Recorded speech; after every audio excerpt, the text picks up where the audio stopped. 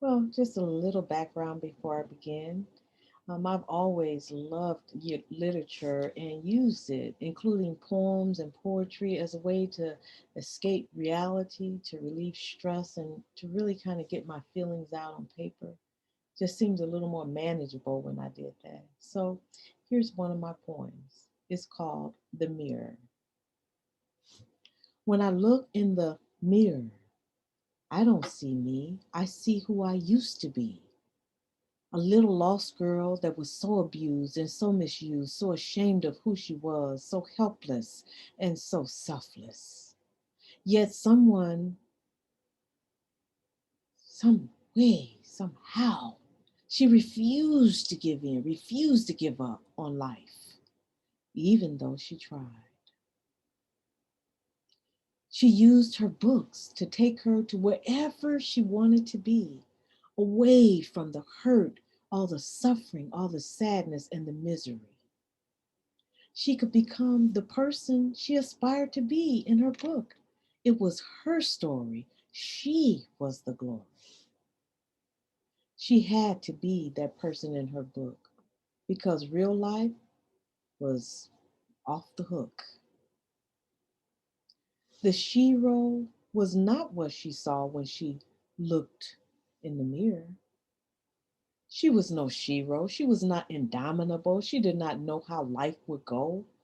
A lost little girl is what she would see, the person she did not want to be. It was out of her grasp.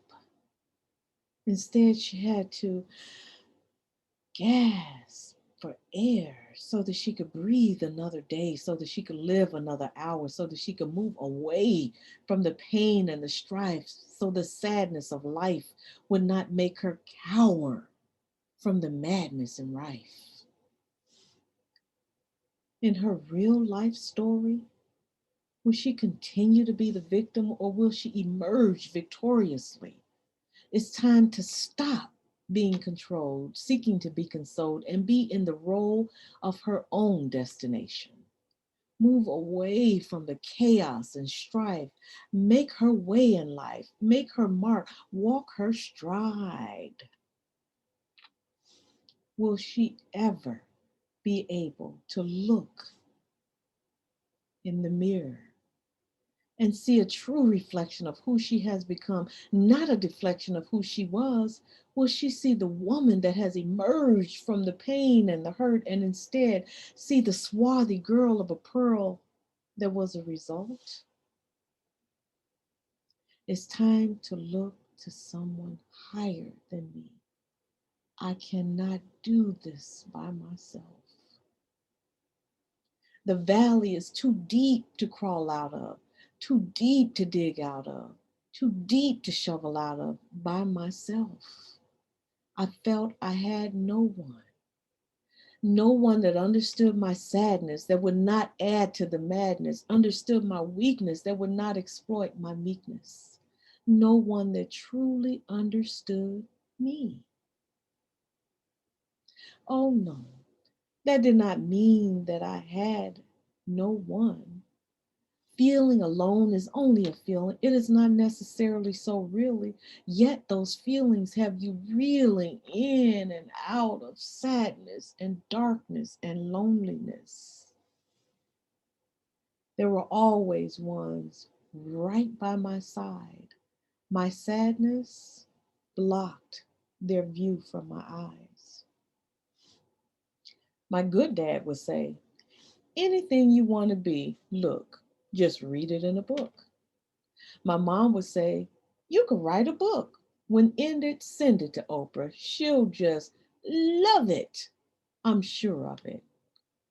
I said, Mom, okay, whatever you say.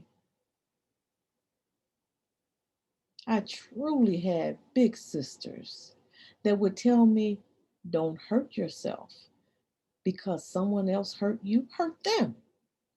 They would tell me, you're smarter than that. Don't let them put you down. Don't let them run you around or take your crown. And certainly don't let them beat you down emotionally. Then there are my dear brothers, when grown up past those years. They looked out for our life. They took us out of the misery and strife. They put us in a safe place away from the pain that we faced. That was enough to get me through the tough teen years. For all of them, I will be forever grateful because for sure those years were fateful. Yet the heartache and the pain lingered through the years into adult tears. When you look in the mirror, ask yourself, who provided your safe place? Help you move past the disgrace. Wipe the tears from your face. Be grateful. I certainly am. Now I can say I found that someone.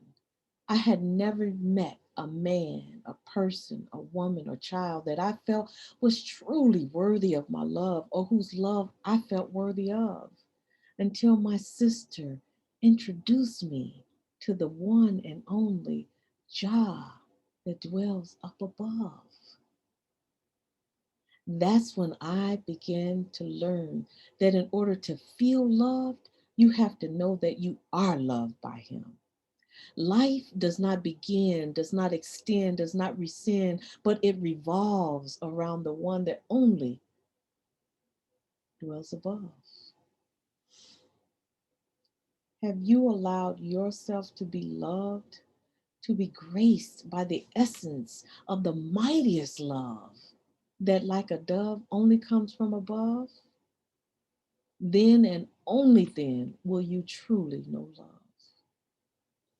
Now I can say my life is complete, not just because I found my soulmate, a man with no hate, that has never closed the gate of his heart for me, my Eddie, a man that is worthy of my love and I of his for 35 years.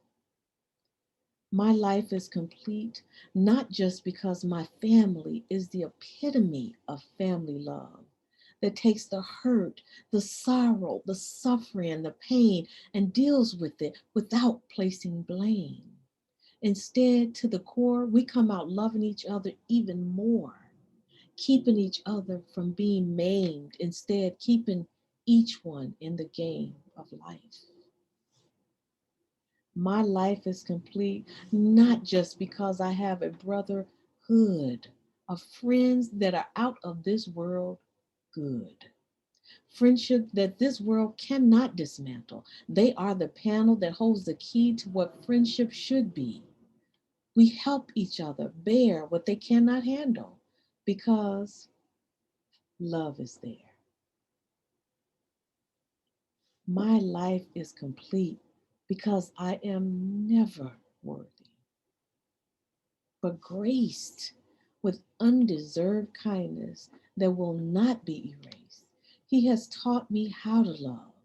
I know what love looks like, acts like, and should treat me like. I know how to have self respect and how to respect others. Without him, life is truly over.